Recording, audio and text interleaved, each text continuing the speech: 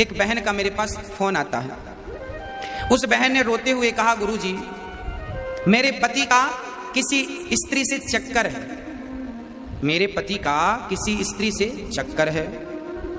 और वो मैंने कहा कि आप उस स्त्री से मिलो, कि क्यों तू मेरे पति को क्यों परेशान कर रही है, मुझे क्यों मेरे पति से छीन रही है मुझसे। उस लड़की ने कहा, गुरुजी मैं उस स्त्री से मिलने गई, उस लड़की से मिलने गई कि तू मेरा घर क्यों बर्बाद कर रही है, मेरा बसा बसाया घर है, मेरा एक बच्चा है, तू मेरे पति को अपने प्रेम के जाल में फंसाई है।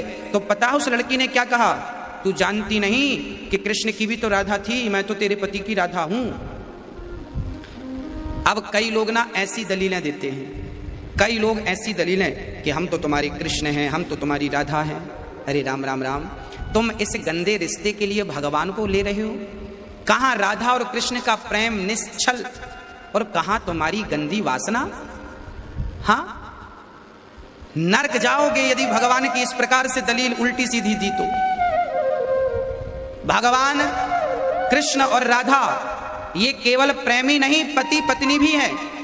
आपको स्मरण करा दूं, राधा का श्री कृष्ण से विवाह हुआ है, गर्गाचार्य जी ने कराया है, अब ब्रह्मा जी ने कराया है, गर्गाचार्य जी ने गर्ग संहिता में लिखा है, भांडीप वन में हुआ है, आज भी इसके प्रमाण हैं।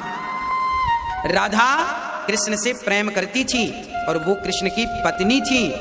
हां, किसी पुरुष से यूं ही प्रेम कर लो और नाम दे दो कि हम तो तुम्हारी राधा हैं, कृष्ण की भी तो राधा थी, घोर नरक जाओगी और करोड़ों साल तक नाली का कीड़ा बनोगी। यही तुम्हारे पाप का प्रायश्चित होगा। इसलिए अपनी पत्नी में खुश रहो, अपने पति में खुश रहो और किसी का घर ना बिगाड़ो, नहीं तो विधाता देख रहा है, उससे कुछ छिपा नहीं।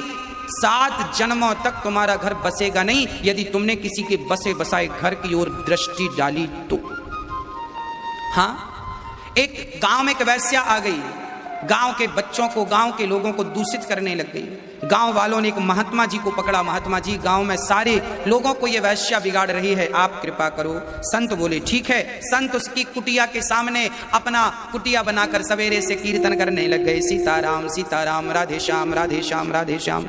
अब वो वैश्या सवेरे से जब राम नाम सुनती तो बड़ी डिस्टर्ब रहने लगी। उसके जो ग्राहक थे बाबा जी की कुटिया पे आने लग गए और सब भजन करने लग गए, सब सुधरने लग गए। वैश्या को लगा बाबा तो मेरा धंधा चौपट कर देगा, तो वैश्या ने अपने यारों से कहा जाओ जरा बाबा की कुटिया पर आग लगा दो।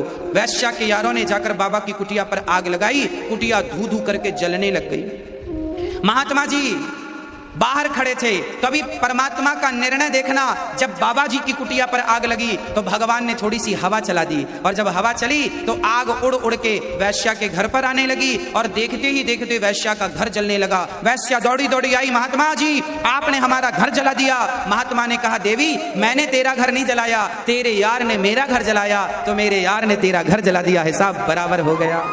जब आप किसी दूसरे का बिगाड़ते हैं तो ये मत भूल जाइएगा कि आपने किसी का थोड़ा बिगाड़ा तो परमात्मा देख रहा, अच्छा तुम उसका बिगाड़ रहे हो, अब देखो तुम्हारा क्या होता है। किसी का बुरा करके आपका भला कभी हुआ नहीं और हो नहीं सकता, ये गलतफहमी निकाल दीजिएगा। इसलिए अपनी पत्नी में खुश, अपने बच्चों में खुश, अपनी कमाई में खुश, अपने पति में खुश, अपने परिवार में खुश रहो। यहाँ वहां ताक झांक करने की आपको बिल्कुल आवश्यकता नहीं है, नहीं तो परमात्मा जो दंड देगा बहुत कठिन होगा। हाँ, और सदा मैं अपने बच्चों से कहूंगा कि अपने माँ बाप की सेवा करते रहिएगा।